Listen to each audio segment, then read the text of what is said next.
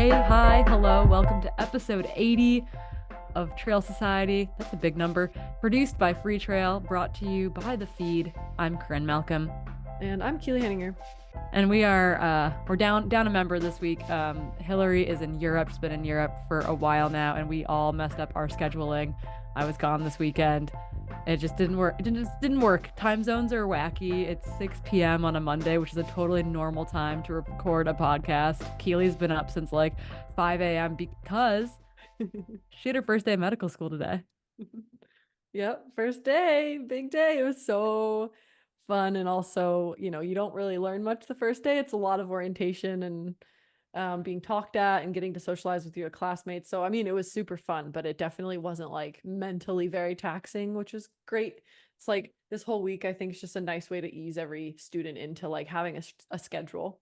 And it's not like a huge workload or anything. I feel like UCSF called it like flight school or something. Like Yeah. something they had some funny name for like the first 2 weeks of medical school, and it was called like Mhm. flight school. And it was I feel like that's it. I might be making that up, but I feel like that's what it was called. And it was just like this intro. They had their white coat ceremony during it. It was like a Yep. whole like learn how to be a medical student real quick. Yep, that's what our first week is, and then we start kind of, proper school next week, where it's more like, Nice. okay, you're kind of working from 8 to 5 most days. But Cool. I yeah, saw you it's got a super badge. fun. I got my badge, I'm official. I took the tram home. My commute is 20 minutes. Super nice. Oh my goodness. I know, I know. So people who've been listening know that Keely moved out of her house up kind of on top of the hill. That was super cool, down closer to campus. But I do think the commute is going to be just like way nicer for you. Oh my gosh, so nice. Like if you're working, especially once you start anatomy lab and stuff where you're studying at random times of the day because you need to get in with the cadavers, not having to commute an hour round trip, to go to and from plus pay to park at OHSU, which is crazy, is going to be really, really nice to just like de-stress and walk home or bike home or anything that takes really not quite much time. Yeah, no, that's time back in your pocket at the end of the day Mhm. when it comes to like getting a run in or a bike in Yeah. or whatnot. So I'm so excited for you. And OHSU has Steven a and I were gym, like, so I get a yeah. shower even closer to the house. Steven and I were like, before he left for work, he's in the PICU tonight. I was like, it was Keely's first day. And he's like, oh my God, that's so exciting. So Yeah, he we're both messaged me the stoked. other day and he's like, "Hey, you never told me where you decided to go." I'm like, "Well, I didn't really tell anyone yet, so Well, don't feel Corinne bad." told you several times. So Yeah, I think he just wanted to reach out and say congrats, which it was very sweet of him. that's very cute. Well, before we dive into things and talk about kind of talk about the Olympics because that just ended and I was in an Olympic slump today. I've been watching the Olympics during working hours like everyone else, I think, for the past 2 weeks, and I can't. But that being said, Paralympics start on August 28th, and they will be equally inspirational, amazing performances, I'm sure, for 2 weeks. So if you feel like you're in a lull, Paralympics coming up at the end of the month will be super, super rad as well. So we're talking about the Olympics. We're going to talk about injury and kind of how we work through injuries, the mental side of injuries. But before we do that, one of our listeners, who's a dear friend of mine, Maddie Giggled, passed away a couple weeks ago. And I just want to give her I don't know, an extra shout of love into the airwaves for her. Got to hang out with her a bunch this year. She's someone who you meet immediately and you're like, you're my new best friend. She's supposed to be moving to my neighborhood actually to start her first attending job at Swedish here in Seattle as an emergency medicine physician.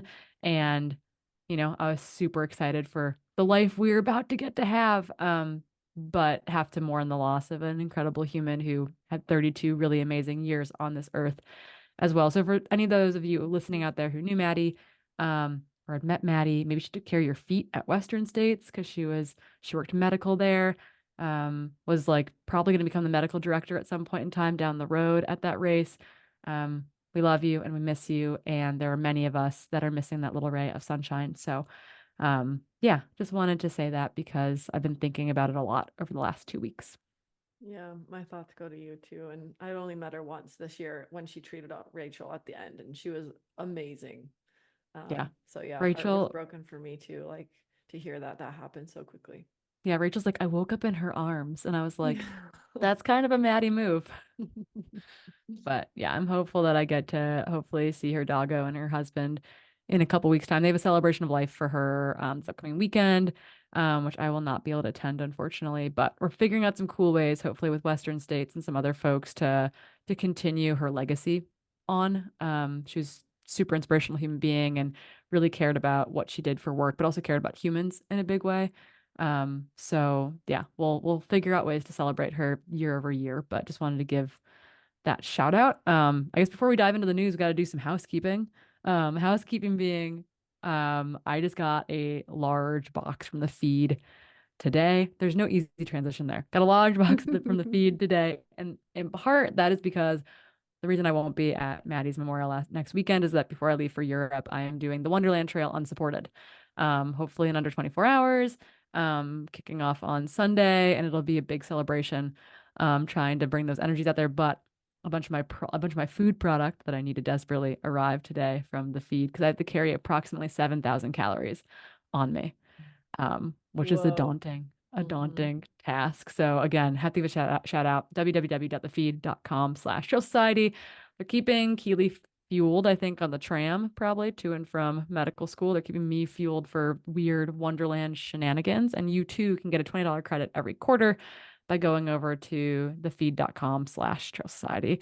Keely, what are you snacking on at Okay, medical I've school this got, week? so I haven't used them in medical school this week because I feel like they're a little bit more trail snacky, but we'll see. Maybe I'll bring them with me this week too.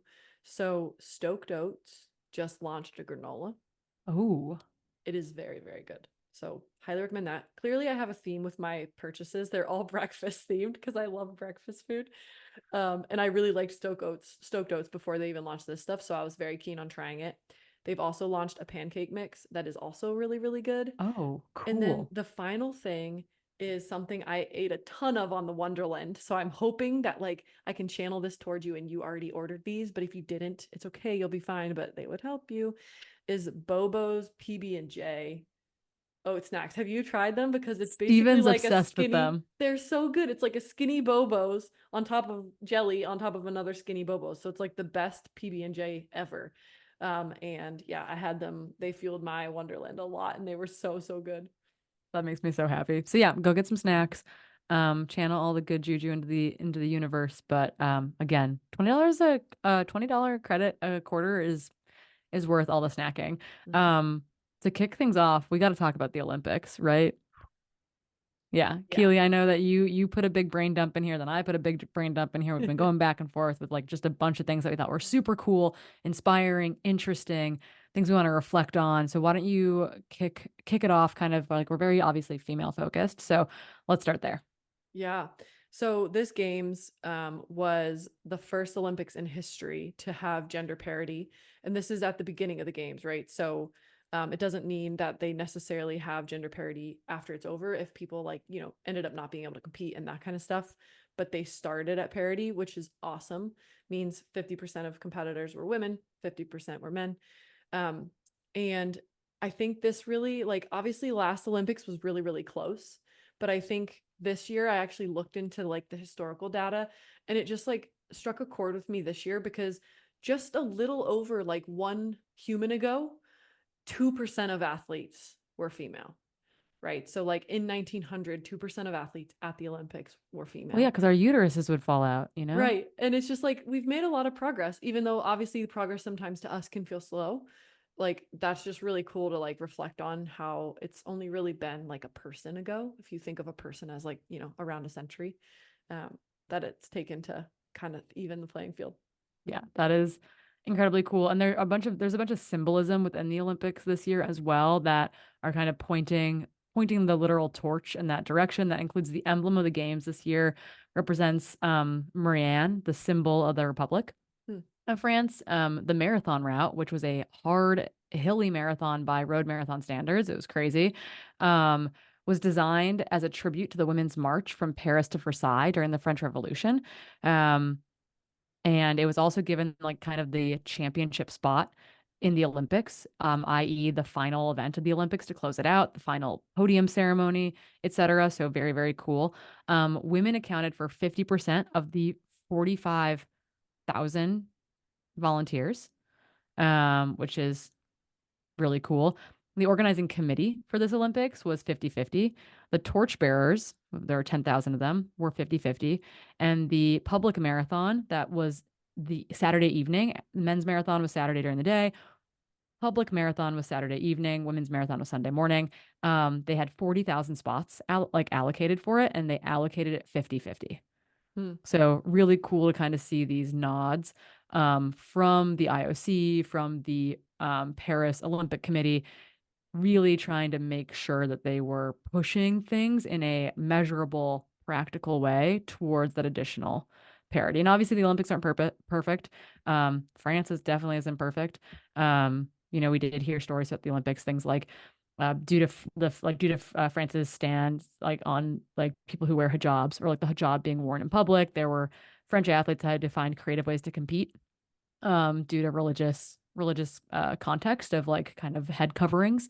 And they did find ways to do that. I watched a French athlete run in a hat and long sleeves on the track for that reason. So I think there's obviously not perfect, but it's really cool to Hmm. see that, over the past 120 years, things are that's a long time course. Things are slowly becoming more equal, and there are individual teams that like really represent that. Like I think it was Nigeria that like brings like twice as many women as men or something to the games. So Cool. yeah, it's super interesting country to country Hmm. as well. Mhm. Okay. Yeah, one other thing quick is Yeah. that normally the games end with the men's marathon, and Mhm. this year they ended it with the women's marathon as like the end all sport, which is just again another nod towards their efforts, which I think should be praised. Yeah, and then you had Safan Hassan Jesus. in a hijab accepting that medal as well, which was Hmm. like really, really cool to see. So yeah, her performances all week long, absolutely stupid amazing. We'll talk more about that later, but yeah, it was cool to see those nods. You put in something about, I mean, okay, Flava Flav and Snoop Dogg are definitely like the emotional support creatures of the Olympics, and you put in an interesting quote actually though. This is re Flava Flav sponsoring Hmm. the U.S. women's water polo team. So this quote's really interesting. Can you read that for us? Yeah, sure. So for those of you who don't know, Flava Flav decided to sponsor the U.S. women's water polo team because they've been undefeated at the Olympics for some time, and he realized that they did not have like that make that much money, and a lot of them were working second and third jobs to make ends meet. And one of the lead players had a quote in, I think it was the New York Times, basically saying, "That's great. Let's celebrate Flav, but what does that mean that we have to have? Does that mean we have to rely on or look to celebrities or affluent people outside of the Olympic Committee context to sponsor women's sports? What does it mean that athletes are having to work multiple jobs just to make ends meet?" And so they're almost like, commending Flavor Flav, obviously, because his Mhm. gesture was amazing. But they're basically just shining light on the fact that the only reason they got funding and maybe could take some time away from jobs was because a celebrity learned about them and decided to take them on as a charity, right? And so, Yeah. yeah, that it's not Women's solving the sports should problem. not be charity, right? And No. it's like this Olympics is a great example that like women's sports are amazing. There were so many interesting, like, I guess, like on threads, for example, people being like, turns out I'll watch anything women are competing in. Doesn't matter what the sport is. Turns out I'll watch it if women are doing it. Which was super, super cool. There was another woman who posted this really funny video being like just talking about how motivated and inspired she was. And she's like, I've just been like out running and like working out. And she's like, man, the audacity men have all the time just because they're so inspired by all these professional men's sports. She's like, that's crazy. We could do that too. So yeah, it's interesting. I know that actually there was a woman who is a sponsor of other sports as well. Like she's putting money into women's sports kind of broadly, but she did step up as oh man, her name is like either Michelle or Nancy Kang, I want to say. And she put up maybe $4 million to the women's rugby sevens team Hmm. to be Hmm. paid out over the next 4 years. And obviously Yep. that's not the one thing that should support rugby. It needs to be sustainable long term. There needs to be probably like it needs to be invested so that you can continue to grow that fund. But it's really cool that people are stepping up. But yeah, we shouldn't be reliant. We shouldn't have to be reliant on an individual celebrity deciding to like take quote unquote like pity on your sport and be like, I've got you girls. Hmm. Yeah, Um, exactly. yeah. One other highlight or another highlight sport was just like USA women's cycling program kind of across the Olympics, specifically on the road. and the cross country mountain bike. Our track cyclists have been very talented for a very long time.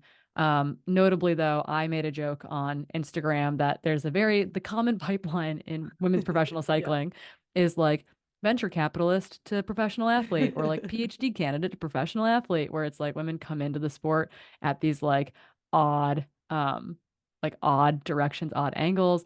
Speaking specifically of Kristen Faulkner. I think I put her in as Christina, but I'm pretty sure it's Kirsten Faulkner, who's a venture capitalist. Was not actually supposed to be on the road cycling team. She didn't qualify off of kind of the trials procedure. Um, Taylor Knibb, who's a professional triathlete, won the time trial at US Trials, got named to the team. She decided just to focus on the time trial and triathlon. Therefore, Kirsten Faulkner got added to the team.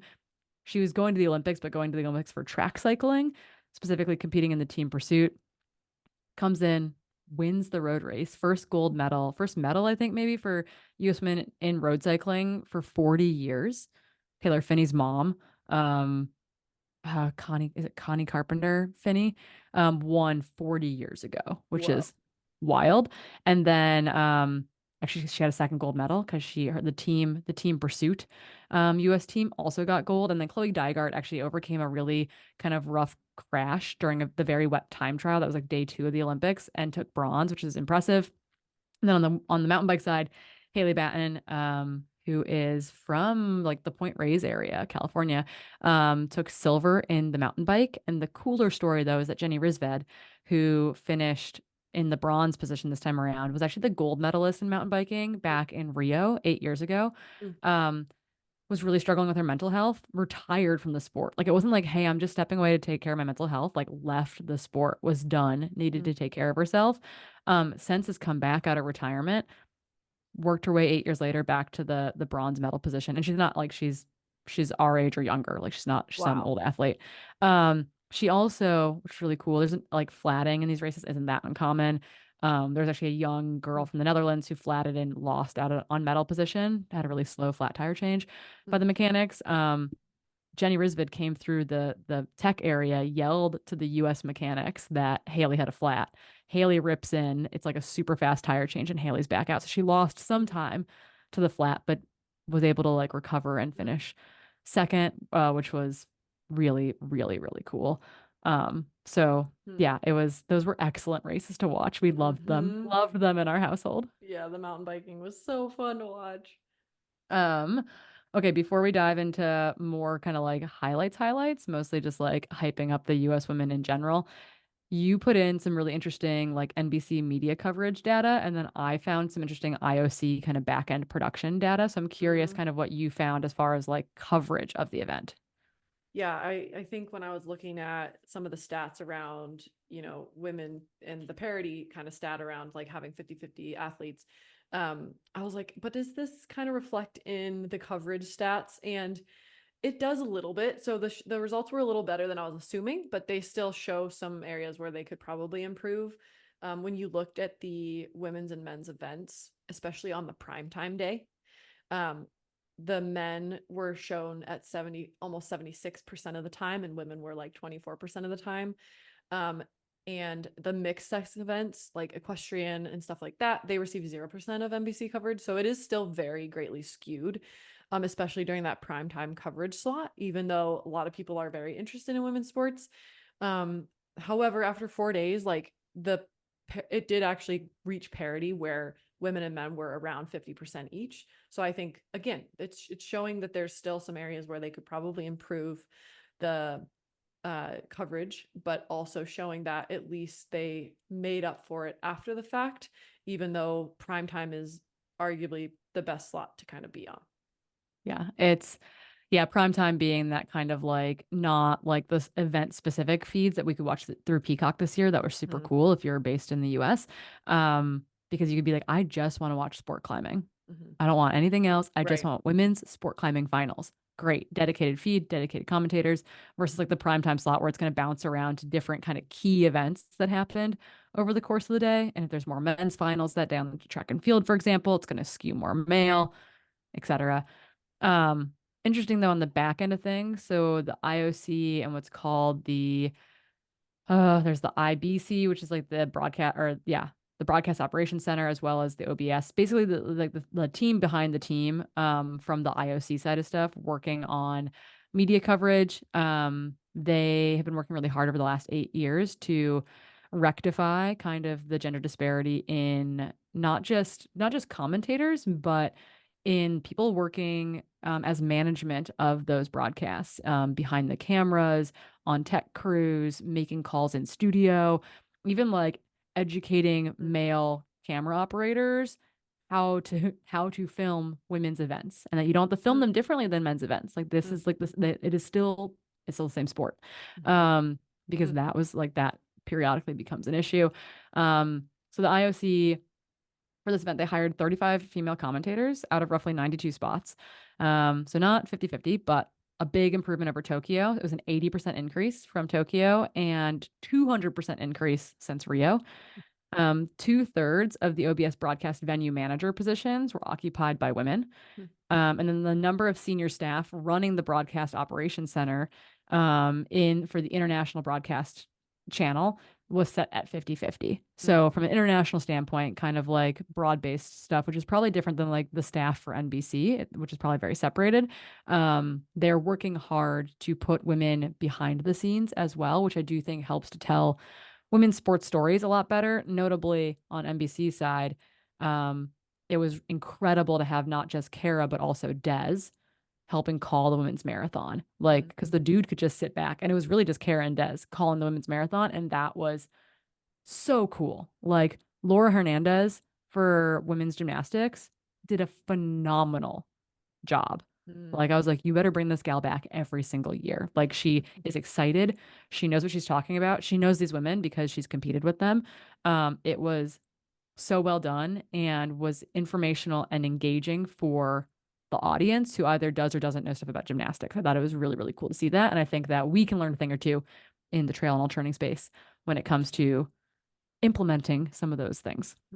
Yeah, because I mean, just thinking about when I listen to Western States coverage, like obviously the male commentators know a lot about the women, but listening to you talk about them the most is the most compelling. Because I know my girls. Yeah, exactly. Yeah, so it's something that I think we should keep in mind. And I know, like I've talked to you, Team B, about this, and there are women involved, I think, on all five languages this year. But to what extent will be kind of interesting, because if it's not a two-person team, like one male, one female, and there's a third or a fourth person involved, do they get the same coverage time? Are they working the same amount as the two guys? It's to be seen yet, and we'll see kind of how they do again this year with coverage at the end of the month. But not to take away from that, we've got to dive into the US women coming out hot with gold medals, and just like all around badassery was I think the exact word Keely wrote in this document. Like, I'm so inspired. I like want to go jump over things and hurdle things and throw heavy objects. I'm like, I can hammer. I'm doing hammer throw. Yeah, seriously, all the like there's so many really inspiring sports in the Olympics that sometimes I forget about, but yeah, it's like women in the US showed up like 26 out of our 40 gold medals were by women, Yeah. which is just insane. Yeah. And then over 67. over half of the 67. total net medals even too. Yeah, 67 of the 126 medals when you count in our silver and bronze medals, which I thought was really interesting. The stat was, if the American women were their own nation, they would have won the third most medals at the games. And the US tied with China at 40 gold medals apiece for each of those countries. So, but you put actually an interesting thing, like viewpoint in here, which I think is really actually very pertinent. Mm-hmm. Yeah, I think that when I first saw this stat, I took it at face value and I thought, okay, this is amazing. USA women crushed it. But then I decided to think a little bit more around why they crushed it so much. And I was like reminded that we are in a country that is very advanced for women's sports compared to a lot of other countries, right? In promoting sports, in giving women opportunities to train. I mean, a lot of women come to the US just to train, right? And then they go represent their own country. And so I think while the USA women do come out on top a lot, it is also just kind of reflective of the status of sports in the United States, which is really cool for the US women. But it would be cool to also see other countries kind of follow suit. Yeah, agreed wholeheartedly. And it's like, yeah, reflecting on how that's changed generationally. but yeah, we've got a lot of momentum on our side here. And I like that. It's not a moment here, it's a movement, and we're seeing support from all directions, be it team sports, individual sports, endurance sports, very highly skill-based sports. Yeah, it's a good place to be. Come hang out with us. We're having a great time. Most of the time, not all the time, but we're having a great time most of the time. Okay.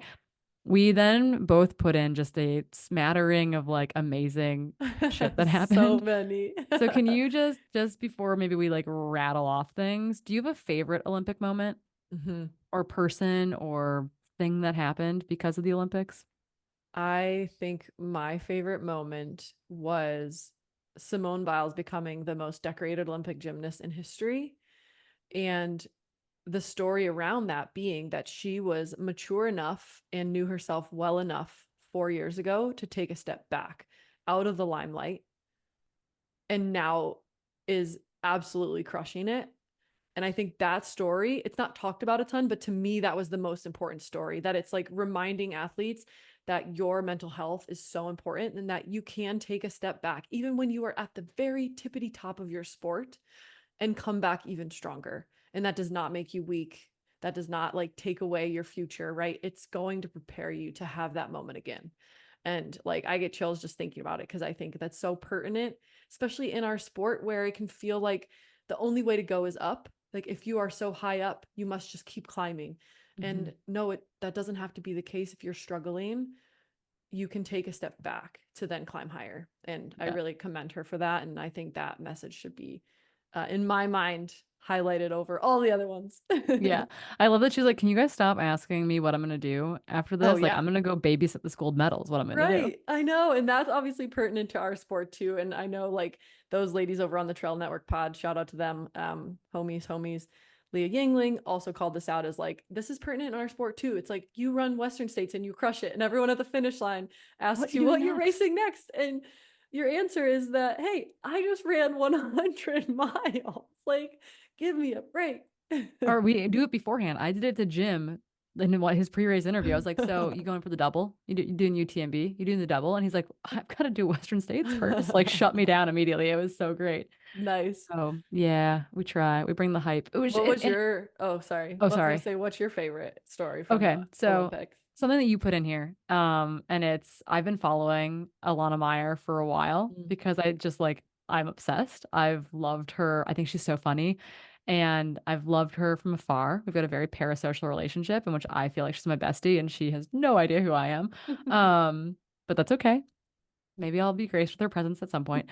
But I've been following her for a while in part because she's a rugby player, plays rugby sevens, the US women's rugby sevens team got a bronze medal in an amazing bronze medal match against Australia. It was so cool.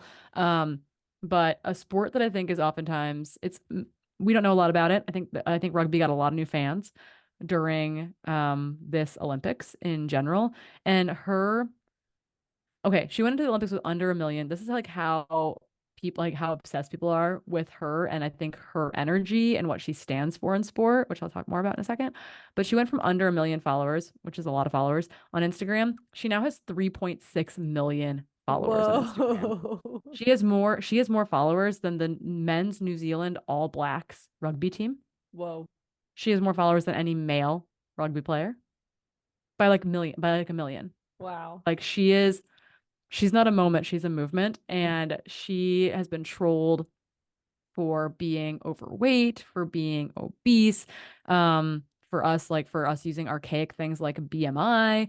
Like she shares this moment about like being labeled overweight as like an elementary school kid and like having to like bring this document that says she's overweight to like I don't know, the health teacher or something, and just like feeling so ashamed Hmm. about that. The girl is 5'10" and like 200 pounds and like runs through people. Someone did an analysis of how fast she's running on the straight during one of these rugby matches, and they clocked it at what was probably like a 12-second 100-meter dash or something. Like while she's literally bowling over humans. So Like fast. so not only is she like beautiful and hilarious and like really amazing and talented, but like her platform and what she's deciding to use it for um is really cool. So Mhm. she was one of my favorite moments and movements of the Olympics of just like recognizing that athletes come in all shapes and sizes, all colors, all gender identities, all sexualities, all ages. Like there Hmm. were, I mean, I think there was like a 56-year-old or a 60-year-old on the playing table tennis at the Olympics. Like we had pregnant athletes, a pregnant Hmm. fencer won a medal from Egypt. She's 7 months pregnant. One of the women, I don't know where she's from. She might have been Korean. What an archery athlete was like her, like she's like I felt my baby kick and then I shot a perfect 10. And I was like, you have got to be kidding me. You people are crazy. And by crazy, I mean crazy cool and talented and Hmm. wonderful. And I just think that the Olympics is going this Olympics in general, in particular, maybe I feel like was the Olympics being revitalized after the pandemic. And there are so many little girls and little boys and little they thems who are seeing themselves in these athletes who identify with like we're going to see little Trinity Rodham like jerseys on the new Mia Hamm, right? We're going to see um gals like little gals in Meyer rugby jerseys. Like we're going to see, you know, little gymnasts who idolize Simone Biles and Sunny Lee um and Jordan Childs, and that is so cool. Like this was like me as an 8 or 9 year old watching the Olympics, just being like, I'm playing soccer at the Olympics. Like I'm Mia Hamm. So I think that I'm walking away super inspired broadly, and I'm so stoked that there's a whole generation of like first graders out there right now who are just like absolutely blown away by like Sydney McLaughlin Lavroni running Oh the my hurdles. gosh. You know, Tara, oh my God, I was like, you have too many last names. Woodall, like Little. jumping. Hmm. Like Nikki Hiltz making the 1500-meter final and finishing seventh and like running so fast the whole like week after not making finals in the 1500 at Worlds last year. Like people are going to be absolutely losing it for a long time. Hmm. Yeah. And I think that that was kind of the theme with the entire games, right? It was like there was there were women in so many different sports coming and getting into the limelight that it was showcasing so many different bodies, so many different sports, so many different capabilities, so many different ages, gender identities, to your point, that it's opening up this, this normally very like narrow niche thing to a lot of different girls and people Mhm. growing up. And that's really cool. Yeah. Actually, ironically, I was at Steven's parents' house during some of the 3-on-3 basketball, and one of the gals on the team, Haley Van Lith, is from Kashmere High School, like this tiny Whoa. orchard town in the middle of nowhere. She's like 6 inches shorter than the other women on the team. Was on the 3-on-3 team and like got a medal, like got a bronze. Like Steven's like, oh, Kashmere finally got their Olympic medal. I couldn't do it. So I don't know. It was really cool. I mean, getting to see Sha'Carri Richardson debut at the Olympics after not getting to go to Tokyo, seeing Mm-hmm. Gabby Thomas, who is our hero, take home 3 golds. Oh my goodness, like So the men's and cool. women's basketball teams. Yep. Um, the gal who's like the leader, the veteran on the women's basketball team, that was like what, her fifth gold medal? Like Mm-hmm. this is her fifth Olympics. Yep. And then like for LeBron James, they think it might be his last Olympics, and so like So he got cool. gold and that's amazing. Yeah, I Katie think the Ledecky just like absolutely destroying oh my everyone. gosh. Yeah. The one thing I wanted to call out was Shakari Richardson. I feel like she got a lot of flack and it's not very deserved. Like people were like, "Oh, you didn't get gold in the 100."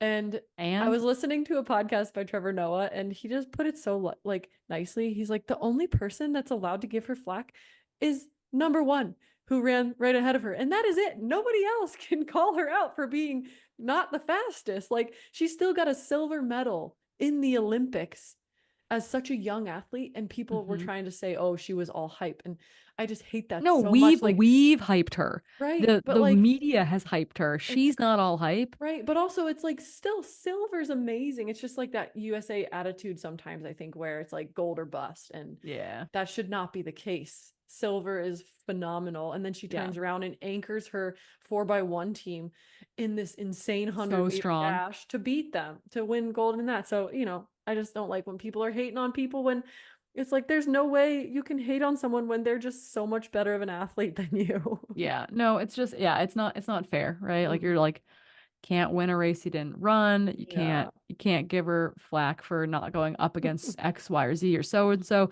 Then Yeah. people like felt that a little bit with like some of the Jamaican Hmm. withdrawals, like even for Gabby Thomas in Hmm. the 200, they're like, oh, well, Gabby didn't have to run against anyone. I was like, she ran against Yeah. 7 other people Right.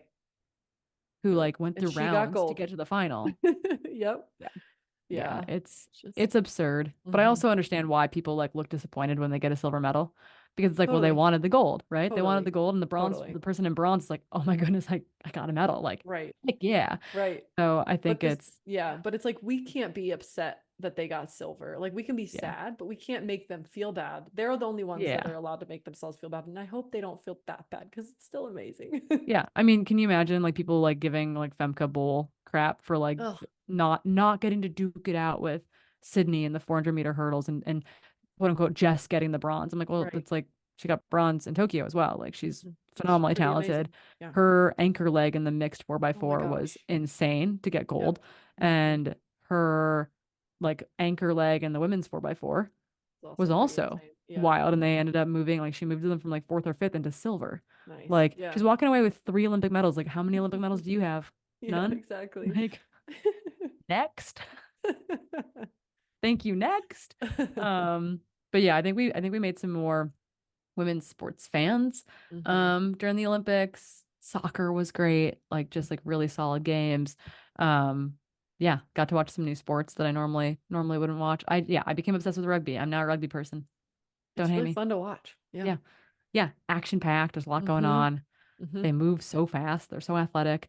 But yeah, the other one that I want to shout out that I sent to you via Instagram DMs was Anna Cockrell, who ended up taking second in the 400-meter hurdles. And she was talking about, in 2021, what would I tell myself? And she's like, let's get to the therapist's office. Like progress when you're not in a crisis anymore. I like committed to like bettering herself, kind of like more than track. And Hmm. that was really cool to see her do that. We saw athletes also like fight through like incredible comebacks and pain. Anna Hall being one of those people ultimately did not end up in the medals for women's heptathlon, but she also like had surgery 7 months ago Hmm. and like showed up in a major way at these Olympic Games. So again, I know that we're obsessed with US women's sports, but it was really, really cool. Oh, one that we missed. Lauren Scruggs, first black and openly out woman to win a medal in fencing, was also mega cool. And then in climbing, because that just happened over the weekend, Brooke Roboteau, who is like she's born to like French and American parents. She competes for the US, got the US's first medal climbing medal, finishing silver in sport climbing, so bouldering and lead climbing combined. Was really cool. It was like she's oh, man, she might be 21 or 23. She's super young, Whoa. but she's been a climbing phenom since she was like 7, 8, 9 years old. Like was Mm. like the first 9-year-old to ever climb this level or that level, like outside on big walls, big bouldering projects and like big walls, like mega talented. So really, really cool to see her show up as like a presumptive medal contender and to actually get silver was really cool. So Mhm. I know we're missing things because the Olympics just like cannot stop, but it was cool from start to finish. Mhm. Yeah, really, really fun to watch this year. Sweet. Is there anything else that we need to touch on the Olympics now that we've spent 30 minutes just rattling about it? Nope. But Okay. if you have your favorite moment and there's a moment we missed that you think deserves our attention, send it to our DMs like always. And we'll be like, oh, duh. Like, Oh, can't believe shoot. we We'll forgot call that. that out next week. Yeah. Okay. So talking about some trail results before we move on to the kind of meaty section of this podcast, although the Olympic section was Although, pretty pretty meaty solid. already. Yeah. It's really like a tiny results. It's like a tiny results sandwich with like Olympics and injury as the Big bread. beefy baguette is the Yeah. bread and just a Yeah. slice of salami. Just croissants on either side. Okay, so Sears and All happened over the weekend. The next stop on the Gold Trail World Series. If you don't listen to the Sub Hub with Danny Moreno and MK Sullivan, you should because they're amazing and their previews on these races are so good and so detailed and interesting. If Mhm. you're, you want to play free trail fantasy, you want to learn more about the shorter distance stuff, go check out the Sub Hub. They are awesome. Sub Hub podcast.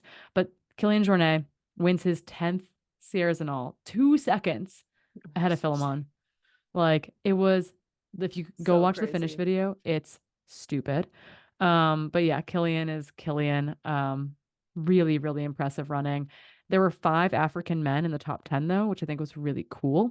Mhm. Several of whom were kind of debutantes to the trail space in a big way. So yeah, we've got some interesting stuff heating up in like the World Mountain Running Association races, the WMRA races, the Golden Trail World Series races. These guys and gals are going to be legit contenders, and I'm so excited to see them race more. And speaking of that, the woman who won by Mhm. 8 minutes, Joy Lynn. Okay, this is from my Run Far. I haven't sourced their source, but what they said about her was that we believe that she hasn't raced since she was in school. Mm. She has since had two kids and then lost 30 kilograms and then was like, maybe I should run again. Whoa. And so this was her first trail race that we're aware of and her first running race since like being a great, like a high schooler. Mm. And she won by 8 minutes in what is one of the most competitive 30K trail races in the world. Mhm. Did they run a record as well? I don't think so. Okay. I think Maud Matthews might still have the record. So did not Okay. break that, but ran incredibly strong. 8 minutes over Scout Adkin, who is from the UK, races for Hoka now, Mm. and it was her longest race to date. I want to say because she mostly races verticals Mm. on the WMRA like race kind of group. So seeing her race Sierra All was really really cool. And then we should shout out the top Americans in the women's side were Anna Gibson making her Sears debut in sixth, followed by Sophia Lockley in seventh. Um, Phenomenal runs by both women.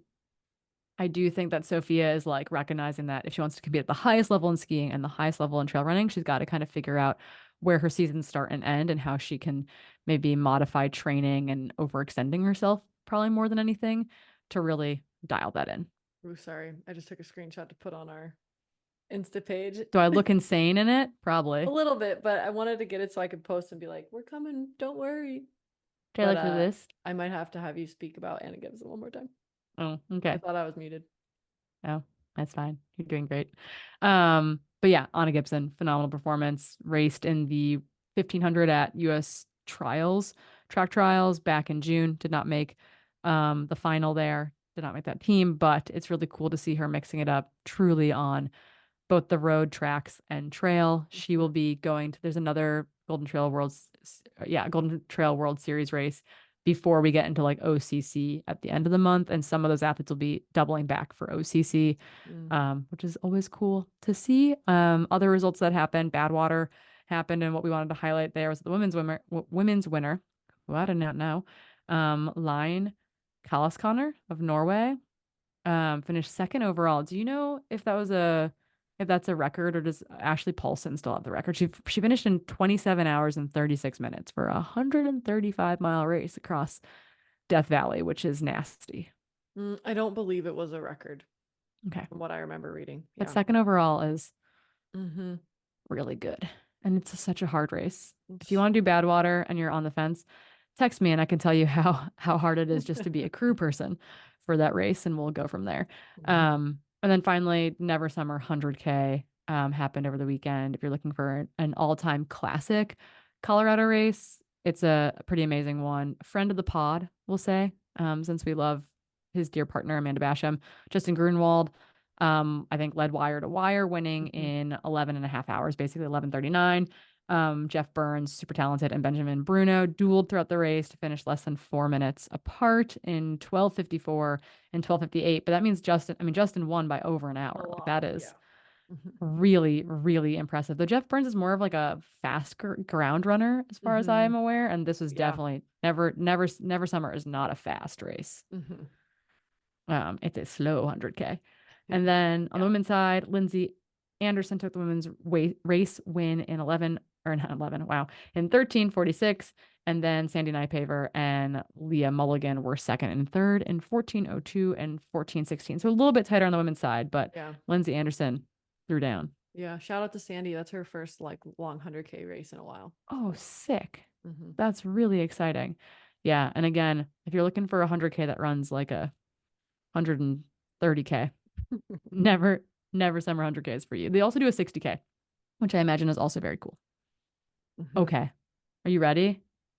You ready to catch up and lean in and talk about how we're doing physically and mentally and spiritually and emotionally over here? Because this sport is really hard. Yeah. Um, so we want to specifically touch on today injuries and phantom pain and how those things really affect our confidence and can lead to burnout potentially. And so, Keely, to kick us off, how are you doing? What's how I know medical school, life is crazy, but like how are you doing? Yeah, this is a good question because I think I'm doing really well in some aspects of my life, and on a running front, I'm doing very like mediocre. And that's kind of why I wanted to talk about injury and phantom pain and like PTSD in relation to injury and just burnout, because I think I've had a lot of conversations with athletes recently who almost think that when they have things like PTSD, in the sense that they might think about an injury long after it happened, they think they're alone. And I kind of wanted to talk about it because I don't think anybody is alone. And I've been going through a lot of weird, just like mental turmoil kind of things with running lately. And I thought it'd just be cool to kind of talk about it because I know we've both been through really long, arduous injury journeys. And I think that people might think that because we look good on the surface or it looks like we're running and being happy, it doesn't mean we are doing everything right and we feel great and we want to run all the time, right? And so I just kind of wanted to normalize that. Social Um, media is a lie. yeah, and I think injuries can be like really taxing and they can rear their heads in weird ways. Like by all means, am I injured right now? No, but my body and my mind were so anti-running. Like after Wonderland, even during Wonderland, I really wanted to do it. So I was like, I'm gonna do it and then see if I want to run at all. And I've never been to a spot where I didn't want to run a single step for over 2 weeks. And I was Whoa. 100% okay with it. My body was like not happy running. It didn't have like any specific injury, but I wasn't happy running. My mind wasn't happy running. And I look back on my journey from states of 2023, which is a long time ago, and And I then get but a kind of little forcing it a embarrassed. little bit. Yeah. But I'm like, I trained from states 2022 to Black Canyon, got my golden ticket there, trained through the MCAT to, States 2023, had another catastrophe. Mhm. And that catastrophe was so reminiscent to the one that put me out of collegiate basketball that I think it just like was really triggering. And then basically didn't take much time off and just trained for Thailand and then trained for Black Canyon and then trained for Chuckanut and then trained for Transvolcania and didn't really listen to my body or my mind and just found myself, a month ago just 1000% burnt out and very unmotivated to run and had a weird episode of PTSD with my injury that I was like, man, I think I need to talk about this because this is wild and also I'm sure I'm not alone. Yeah. Yeah. Oh man, like all of 2021 to 2023. And I've got athletes going through this right now where they're like, this thing hurt. I think I need to take a week off. Or like, man, this thing's not getting better. And I'm like so over it not getting better that like I just need to like exhale for a second. Or you like are hoping that you're gonna be able to train and like the race date just keeps getting closer. And like for me, it's like, oh, 6 weeks away on Training Peaks or whatever it is. And you're like, I can't. Like I need a ripcord out of everything right now. Mhm. Or being in races, like when I went back to do TDS and I like dropped out at Borg St. Maurice, like it's probably a little bit of an overreaction, but I like Mhm. felt that pain and I was like, I Mhm. can't, like I'm out, like this is bad, I'm hurting myself. So it's very real pain. But what we want to dive into first, I think, is this idea of like injuries, while they're physical, are incredibly huge psychologically, like they have major impacts, and that and it's a vicious cycle, right? It's like not being able to exercise, which for a lot of us is part of our coping mechanisms. It's not a great coping mechanism because you can't just do it indefinitely, but it's part of many of the ways that for us that we process things, we deal with life, we use it to like get out some wiggles and give us endorphins, et cetera. And all of a sudden you can't do it or vice Mhm. versa. So it's like this vicious cycle. And I'm wondering how you've experienced that. And then like what are the most common ways other athletes experience those psychological impacts of a physical injury? Mhm. Yeah, me personally, I'd be so interested to hear how you've felt like this has happened in your life too. But personally, I get pretty upset right away, like maybe a week out. And then I get super motivated. But then if it does not result in like complete reversal of the injury or like a steady progress that I can see, I Mm-hmm. get super unmotivated again and get sad and tie up my worth in it and wonder what I'm doing and wonder what I should do with all my time. And I feel very unproductive. And it's just like not a very healthy spiral for me. Definitely like have more thoughts that kind of veer me towards my old bad habits where I think more negative thoughts. I think more thoughts around food and how to limit things and what I can control. And none of that feels good, but it's definitely where my brain goes when something like a injury happens because it feels so out of my control and it feels so unfair that my brain is like searching for something it can control. And yeah, that is definitely how I have coped poorly in the past and how I've been working to not cope as like in that specific manner in the current, injury realm of the last couple of years, but it still kind of rears its ugly head sometimes. Yeah, I think even if your relationship with exercise isn't disordered, we're all pretty exercise dependent, right? Mm-hmm. Like it makes us feel better. Even when we don't feel great doing it, it makes Mm-hmm. us feel better, generally speaking. It's like this whole idea that like motion is lotion. I think a little bit like it unsticks you, both like psychologically but also physically. And kind of during the deepness of an injury recovery period where maybe I'm not allowed to run or exercise, for example. I really struggle with that. Like I get into that spot where it's like I do feel just really, really off. And it makes me recognize like maybe I don't struggle with this from a disordered level most of the time, or it's very, very, very benign. Um, all of a sudden, if you're 6, 8, 12 weeks into something, it's like, oh, maybe I need a little bit of help with this, or Mm-hmm. maybe I need to process this with someone and come up with some other coping strategies to get me through this moment in time that I can take forward with me. And it's not easy. I think a lot of us experience various levels of depression and anxiety. Mm-hmm. Um, yeah, I think if you have a past or a history with disordered eating, I think you are I think at a big Mm-hmm. risk of relapsing into those old behaviors. I think that's super super common. That doesn't mean that it's good. It just means that it's common, and that like Mm-hmm. if you are walking into this place, you like seeking out additional mental health help, be it therapy or having good folks in your corner that you can communicate with really openly about it is really really important. Mm-hmm. Yeah, it's like keeping that therapist online even when you're not in a crisis, so that when a crisis does occur, you have therapy in your back pocket. Yeah. And maybe that prevents some mental health issues down the line, right? Like I think I got interested in this topic for this episode most after a fall I took maybe 2.5 weeks ago, 3 weeks ago now, Mhm. where I was jogging the most boring jog on Leif Erikson, which for those of you who don't live in Portland is a double wide that's very non-technical. It's like a It's road, flat. It is a flat, level surface. and I wasn't feeling it. I haven't been motivated to run for a very long time, but it was another one of those days where I was just like, I don't feel like running. Why am I doing this? I was kicking some rocks. I fell and I fell just straight out, put my arm out, which I shouldn't do. Didn't dislocate or anything like that, but it was a very similar movement to what Hmm. I did at States a year prior. And I had an insane panic attack afterwards where I Like a, just a like, huge stress response. yeah, crazy because I was just playing back in my mind that whole scene of like, oh my gosh, that almost happened again. And I just like couldn't calm down. And it made me Mm. think about PTSD, obviously. And what they call in athletes is like anxiety stress disorder. And basically they say that it's an abnormal stress response to a big injury because you might not have processed it well enough when it happened. And I can resonate with that now. I'm like, okay, I don't think I gave that injury maybe enough weight when it happened. And I kind of coped with it by just, as soon as I could, running again and training for something else when I probably should have given it a lot more respect and understood that, hey, this was like a repeat injury of something that was very traumatic to me almost a decade ago. I think it's going to also be traumatic to me now. Yeah. And so, yeah, it was just shocking, but I was looking into it and it found that it's actually really common in athletes to exhibit something like PTSD, where you reenact the injury, you have like reoccurring thoughts of the injury. You can even have like difficulty sleeping.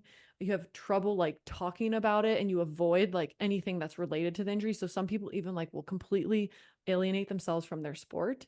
And this is common. Totally. And so it was really cool for me to research this after kind of experiencing that, because I felt really silly having that reaction so far removed from the injury, but then reading about it and how it can be very common in athletes, because we are injured often, and often our injury results in us not being able to do something that defines us. It's common. And so if any of you are out there and have something like this going on, I just wanted to, say that I hear you. Yeah. It's a threat to your identity, right? And it's like I've experienced that. I kind of alluded to it earlier where like I broke my pelvis in a few spots in 2020, early 2021. Crushed the recovery. Like had no mental hangups. They're like can't run for 12 weeks and I was like, "Great, can't run for 12 weeks. Sick. Love this." Didn't go crazy on the bike, just like stayed active. Did some ski erg stuff, was like really like very thoughtful about like adjusting during that time course, started run walking, was like totally fine run walking. I lost my mind a little bit run walking towards the end when all I wanted to do was like go for a 40-minute run. Like I was like, I'll run as slow, like I just want to run. Like I would watch people run past my office in front of my house because we like our road goes into the greenway. And I was like, I want to join them. I don't know who that is, but I want to go run with them just for like 30 minutes, like really chill. But when it came back to like having a similar moment where I felt a similar pain, I reacted like, I mean, I had a panic attack basically. Like I was Mm-hmm. hyperventilating. I like called my team manager. I cried, walked down a hill, made him come pick me up. It was a whole situation. Um, it wasn't great, but in the process after that too, I had to like physically, like I had to tell myself out loud, like, you did not break your pelvis again. Mm-hmm. Like you did not, like it's okay. And I think that that is it's not obviously, as you mentioned, it's not uncommon to have that kind of response. And this was like August of 2022. So it was like over a year removed from that initial injury. And I like was pretty convinced. I was like, cool, we're doing it again. Game over. Like, this is it. Like, Mm-hmm. we're done. Like, great. Like, career's over. I'm out of this. But it just takes a lot of time. And even experience that I had a really bad hip injury in high school where I tore the growth plate off my hip. And like a year later, I had like probably like a little bit of IT band pain and I was like, "Oh my God, it's phantom pain. Like I'm convinced this thing is coming back." And it Mm-hmm. was just like like somewhat localized, similar but different discomfort, and I like immediately went back to that same place of being like, "Oh no, I've done it again. I'm going to be on crutches, et cetera, and Mm-hmm. so on." So, I Mm-hmm. think it's a very normal response, but normal in the sense that many of us go through it, but it's not normal in the sense that like we need to process this thing so that we can move forward in a better way. Yeah, and I think some of these feelings too can be protective in a way. I think your body Mhm. sometimes doesn't want to go through that trauma again. And Yeah. so it can create these neural networks where, it's maybe firing a little bit to warn you that it doesn't want that to happen again. Mhm. And again, this is me just kind of pseudosciencing it, but that's just my thought of some of this phantom pain you get as an athlete is it's your body trying to be like, let's not have that happen again. I don't want to go through that traumatic event again. And so we're feeling pain there so that we kind of avoid that again. We don't want to do the thing that caused that big trauma. Yeah. Yeah, totally. Like the body keeps the score. While I was in San Francisco, the fellow who was working on the hematology service was like, I think you should go to Osher. And Osher's like this cool, like holistic medical center within UCSF. And they're like, because like I think, this is a hang up that your body has from when you were overtrained and whatnot. And like maybe they can like help you with this. And I was like, it's Mm-hmm. not in my head. Like my anemia is not in my head. It's a real thing. But there is something to that of like your body being protective and your mind being protective of you physically. And Mm-hmm. so I do think that there's something to be said for this kind of what feels unusual, but I Mm-hmm. think is grounded in some very practical mind body connections. We feel very woo woo today. Yeah, feel very woo woo. It's all the Olympics getting you motivated to try, but also it's the emotion behind Olympics is so strong, right? You can see the passion in everyone that I think it Mhm. makes me think a little deeper about sport and the meaning of sport and how it impacts us as athletes. Yeah, But totally. when you've had some of that, comeback queen energy, that's great, right? But have you ever had a time where you're trying to come back from this injury or a injury where you or an injury where you just don't feel motivated to try? Yeah, totally. I mean, I think that we've all experienced being in this place where it's like, particularly when there's so much uncertainty. Like I'm an athlete that I train so much better when there's something on the calendar. Like there's something, even if it's like 8 months away or 6 months Mm-hmm. away, I do so much better as far as like quote unquote staying motivated. Like my lows are less low. Um, but when you're in the midst of something that is so uncertain and you feel obligation to do a fall race or a winter race or close out your season in some way, which I think like professional athletes experience, but I think everyday athletes experience as well. Mm-hmm. Maybe this injury took you out of a race, something that you've experienced, and then you feel like you have to get back. You have to like come back in your season. You have to like correct the record. Um, and it's this like it feels very it becomes very forced, and I think that Mm-hmm. when there's uncertainty attached to that, like there's no way I'm going to get back for this race, for X race, for Y race, for Mm-hmm. Z race before the end of the year, it can feel very debilitating.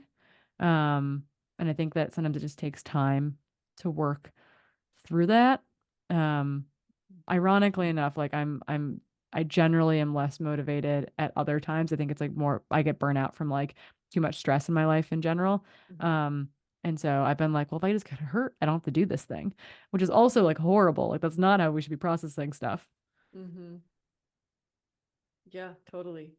I know. I think sometimes I have to remind myself that the journey is not linear when you're coming back from an injury, and that there's going to be times when you're unmotivated and there's going to be times when you're motivated. And lately, I've just had to remind myself that you can be unmotivated. We Sorry. both have dogs that are like absolutely starting to lose their minds. Why is he doing it? Pete's like woofing very quietly at the Yeah. door And he because an was just Amazon, like, yeah, yeah, an Amazon driver like dropped off a package like 2 minutes ago, and Pete like got up very lazily and did some very gentle woofing at the front door as if that was going to scare anyone away. But you're right. but Like it's like you like life has ebbs and flows, but that motivation also has ebbs and flows. And I think listening to it is so important.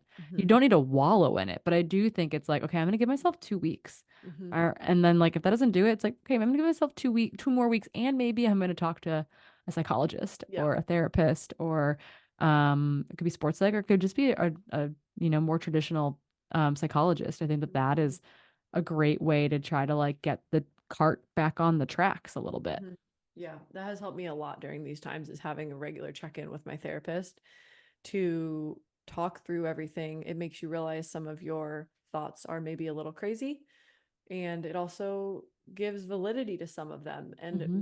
makes you realize that no, you did go through a trauma, or your body really does need a break, and it makes you be okay taking the break. And for me, like, I've never in the history of my entire running career woken up this many days in a row having absolutely zero desire to go for a run.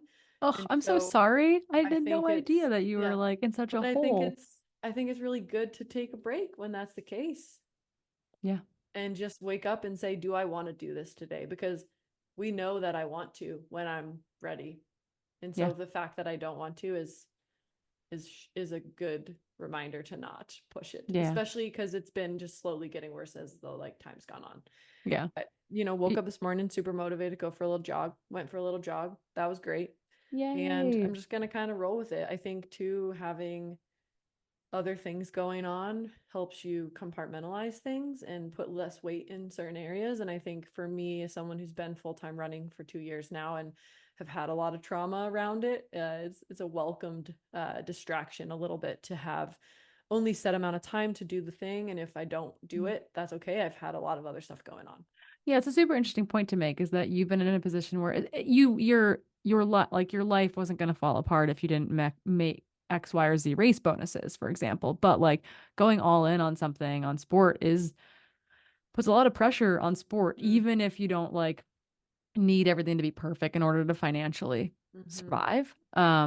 It's still a lot. It's a lot of pressure. It's a lot of attention. It's a lot of focus. It's a lot of like my mental energy is just going to this one thing. Mm-hmm. And despite the fact that like you've gone all in on running in the sense that you left a regular job at a company like Yeah. Nike, but you still obviously do other things, but it's Mhm. still, you and I both exist very much within the running space. Everything we kind of touch has been running, is running. And so I think having Mhm. medical school and this thing that like your brain is going to be so engaged, and then it's like, cool, now I disconnect from medicine and I go for a 45-minute run and I process Mhm. this. Mhm.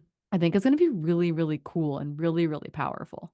I think so too. Yeah. And I think I was able to balance the full time running, or at least in my mind, full time running, where I had a lot of flexibility in my schedule for the first couple years. And I think I just reached a point where tragedy after tragedy, you get to a spot where you can't push anymore Hmm. and be just driven by this one thing, where it's like, this has ended in heartbreak so many times that then putting all your eggs back in that basket, it gets harder every time. Right. And I Yeah. think being a little burnt out, realizing I hadn't taken really a break at all, and then also having that kind of weighing on you where you're like, I need to get back to race.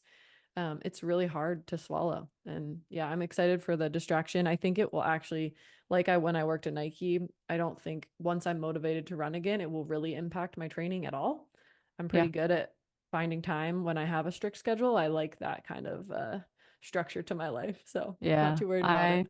I don't thrive in a 9 to 5, but at the same time, I thrive being busy. Like I really Uh-huh. like having to fit runs in or like having to do X, Y, and Z around other things is really a big boost for my productivity and my ability to accomplish tasks like getting out the door to go for a run. So I guess maybe kind of rounding out this conversation, it's that return Mm-hmm. to running, right? It's that like Yeah. getting back from injury, getting back on the horse, like doing your first runs, your first workouts, dealing with things being uncomfortable potentially, like the fear of re-injuring Mm-hmm. yourself or like your bone breaking again or your hamstring getting tight or whatever might be the thing going on. Like tell us a little bit about, I think that's not where you're at right now. Right now you're in a different kind of funky hole. But talk a little bit about like post Western States last year, for example, or post, I guess maybe 2 years ago, like with the big ankle injury, because that was like Mm-hmm. very much your shoulder. Luckily, you don't need those wings too much to run, but with an ankle, for example, like that Mm-hmm. you had really, really messed up, or your sacrum a number of years ago, like talk to us a little bit about the mental blocks coming back from an injury that is really important within your running. Mm-hmm. Yeah, I think any of us who are listening who have sprained their ankle on a run where they're far away from their car and then had to run back to their car knows kind of what this fear is like, because oftentimes, at least in my experience and some of my friends' experience, you sprain your ankle and then you probably sprain it again. And the whole time that before you sprain it again, you're thinking about not spraining your ankle again. Yep. And I think it's almost a self-fulfilling prophecy of itself. You are stressing over this, you're probably landing a little differently, and your ankle's already a little weakened, your proprioception is down, you do it again. And then you spend the rest of the time just hoping you don't do it again. And I think that fear is very similar when you're coming back from an injury like that. And I have some of that fear still. I don't think I've ever even fully gotten rid of that ankle fear because that injury was so big, and the risk of re-injuring that is like most likely results in surgery. So I still have some caution with my downhills where you're going back out for that first run. And I remember when I first started coming back from that, I would only visualize spraining my ankle. And luckily I was working with a lovely therapist at the time who immediately reminded me that that was not going to help things, and that when I'm out there I can't think about spraining my ankle and I can't overthink about my ankle in general, but I need to start visualizing myself running without spraining the ankle and like telling myself that my ankle is strong and that it is capable and that it can do these things, and that you can start easy and progress, and that you don't have to go run the trails that you sprained your ankle on before. You can run really easy trails that you can draw on the back of your hand. And so that's kind of what I started to do, because the fear was so high that I was running weird, making myself way more predisposed to sprain the ankle, that I finally just had to start visualizing strength and competency and acknowledge that I'm good at this sport and that I don't always sprain the ankle.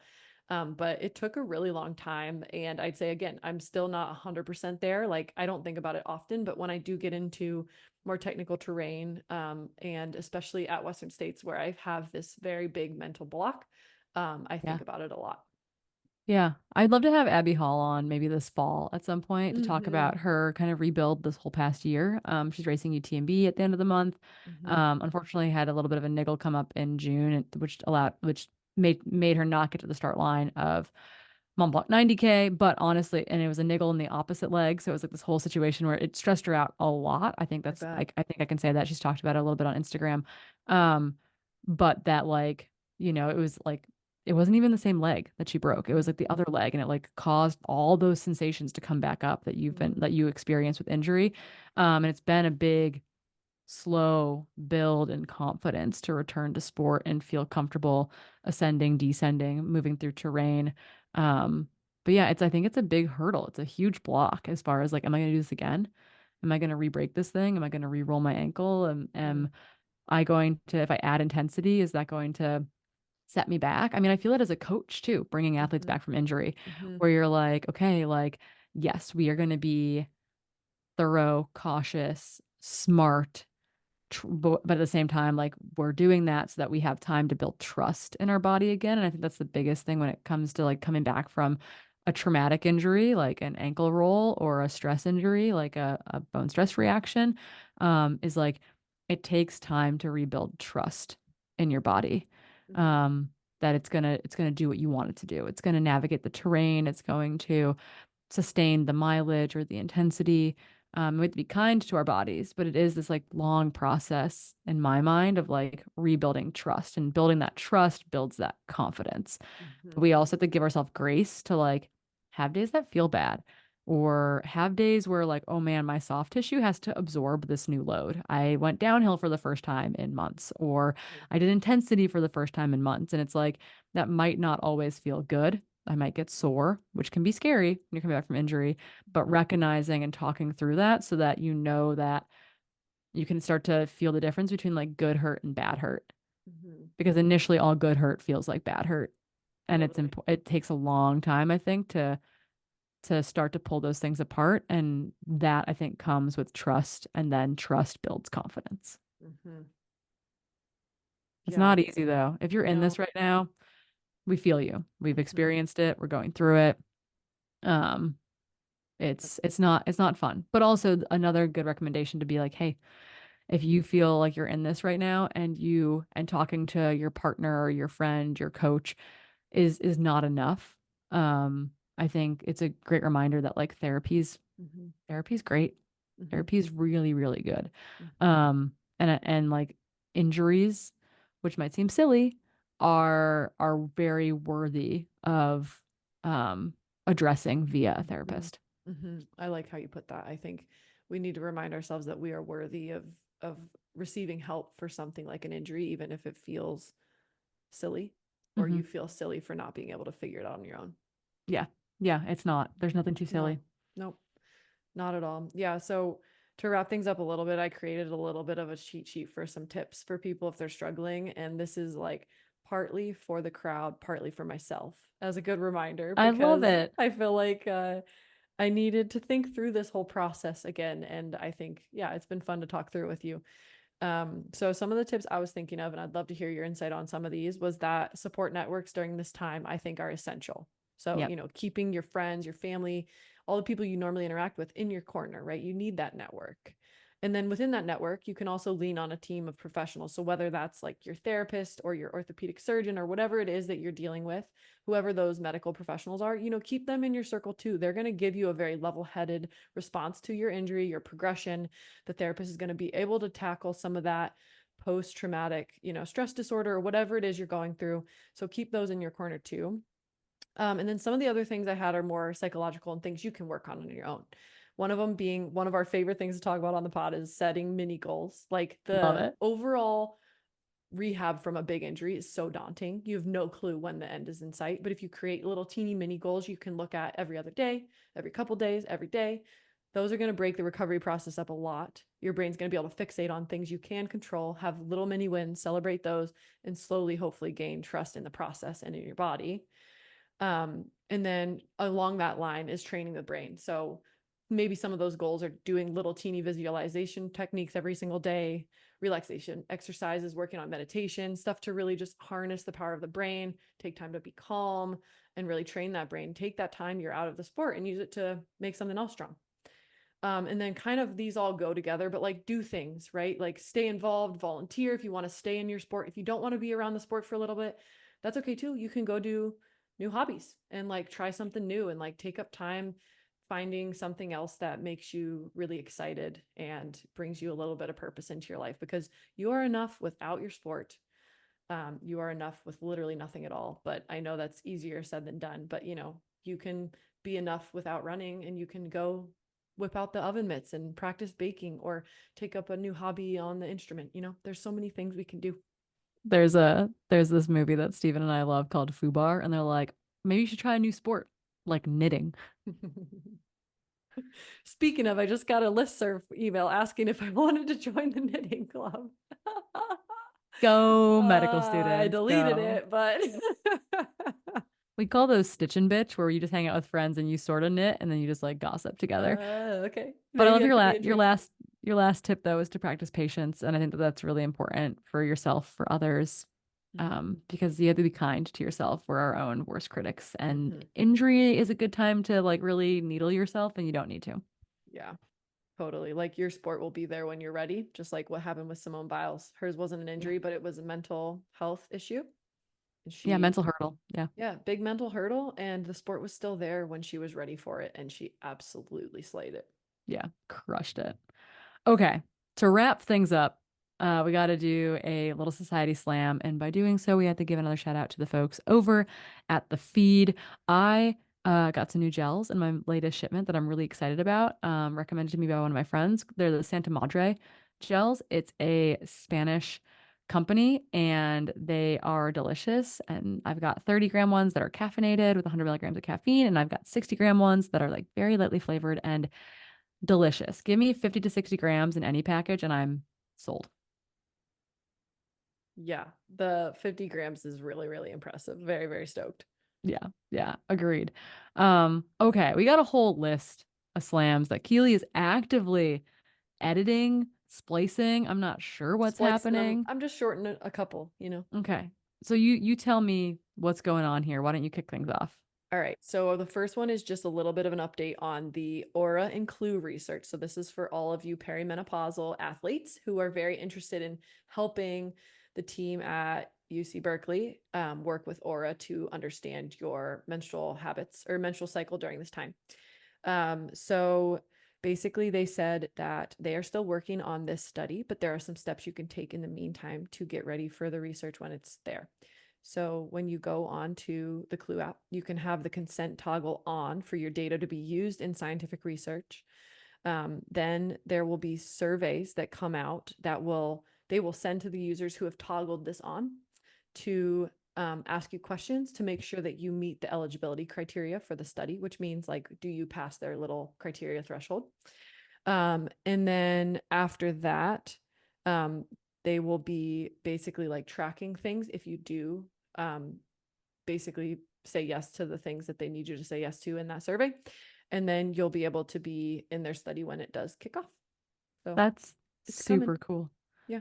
I'm glad that they got a response from Clue, that is, and that that Mm-hmm. the listener then updated us on what they had heard. That's It's super so cool. cool. Yeah.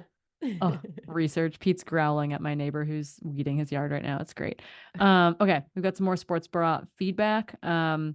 This was from a listener saying that who's larger chested, 36D, saying that she actually prefers to run in her regular Vanity Fair bra. So I think like a non-sports bra, like a regular bra, I think if they're supportive and honestly a lot of bras with molded cups, that might make sense. Like maybe that is giving you the tension that you Mhm. need. And she likes it though because it allows her to take her bra off super easily when she gets to the car. I am a bra off Mhm. instantaneously person. Got to get something dry on my skin so Mhm. fast, otherwise I get so cold. And she tested on her treadmill though, just to see if like that also like not in a cold environment made sense for her. So curious what like Nice. regular bras can or can't do for those of you who are larger busted, but it's something that we're going to continue to kind of talk about, work Mhm. on, monitor. We actually got sent some sports bras from a company that we're excited about that we are testing currently, and we will hopefully get to give them shout outs Yeah. soon, which is very exciting. Yeah. We care a lot about finding a good sports bra Yeah. for And all of again, you. we are small boob privileged over Mhm. here for the most part. But we are working kind of to test the limits of some of that Mhm. as well. Um, I guess I'll read the next one too Yeah. because it pertains to It's me. for you. for me. It's about me. They said, question for you all. I remember hearing Corinne say she did or does CrossFit. I'm doing the Oregon Cascades 100 on August 23rd. Heck yeah. Got a couple friends and a couple athletes doing that. And they do CrossFit and they're wondering when they should stop CrossFit prior to the race. Um, yeah, totally. I don't actively go to a CrossFit gym right now, but I have historically based on whatever communities I'm living in. Because I've got some sick like CrossFit endurance classes and I love the community in a box gym Same. setting. Some were CrossFit, some were just independent gyms like the Mountain Project in Bozeman, Montana. Um, and I enjoy the heck out of them because it makes me work really hard.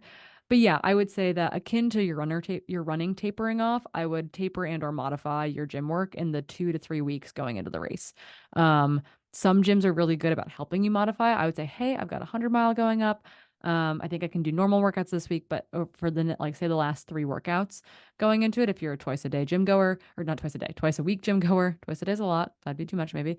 Um, they can help you modify if that community is part of what's important to you, and or you're paying for it monthly, you can go and have them help you modify it. Maybe that means they give you a totally different workout. Maybe that means they scale the workout for you to make it more appropriate, but you kind of want to move into more PT style strength, I think, in the last like 2 weeks before the race. Hmm. If you are going to continue to do strength at all, just because that's high intensity exercise and you just kind of want to scale that back slightly as you're scaling back your volume Hmm. as well. So love it. Love to see runners lifting in all the ways and possibilities. But yeah, I'd scale it for at least the like race week for sure, and then the week before, ideally.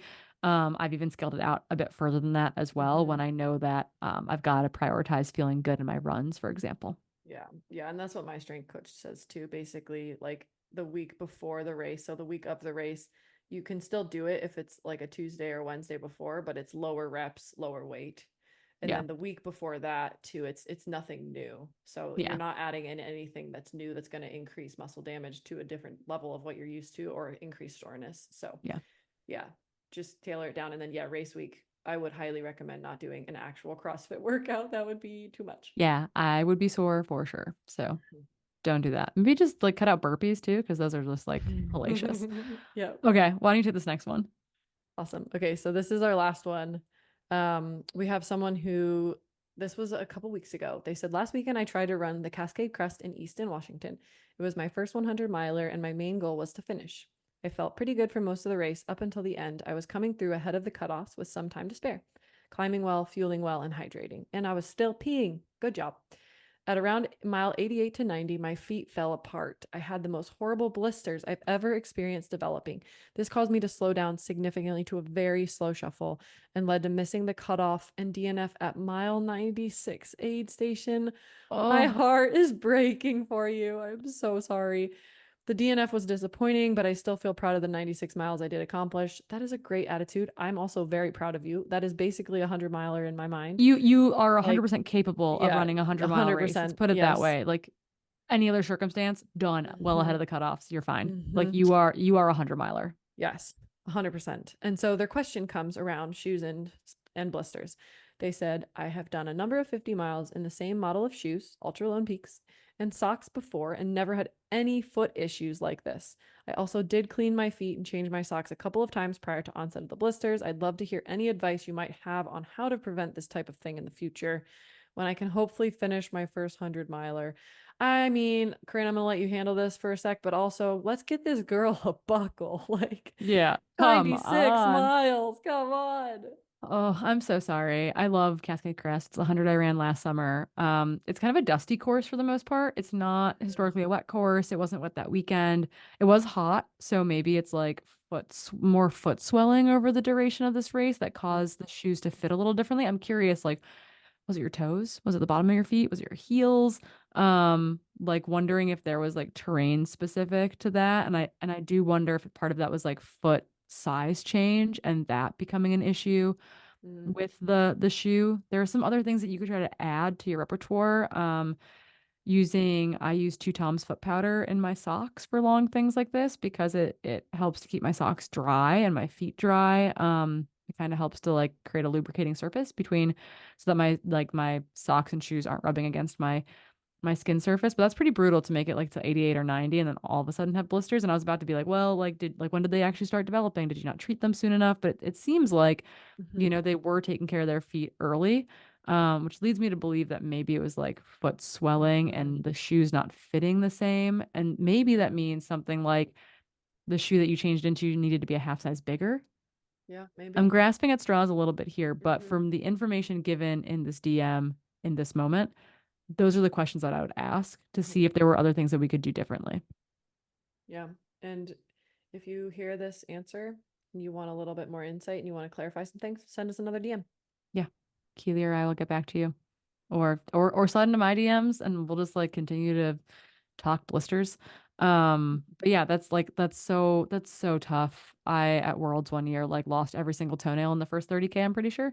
Because the downhills were bad and my feet were like actually swollen from travel more than anything. Mm. And it was so painful. If the race hadn't ended on a downhill, I think I would have been like 20 places higher. Because I could not run downhill because my feet hurt so badly. So I feel you on this in a big way, and I'm sorry to hear that it caused you to get timed out at the end. But again, like you are so ready for 100. You totally are 100-mile Mhm. capable, and we'll get this blister thing sorted out. Yeah. And please keep us posted if you have any other questions and when you do get your first 100-mile buckle, because we know you can. Yeah, we'll give you an extra big shout out when that happens. Okay, I think we're gonna end it there today. We're gonna let Keely go like absorb med school day one, hopefully go to sleep. This might be in your feed a little delayed. Sorry for that. But we love you all and we can't wait to run into you at the next event. I guess until next time.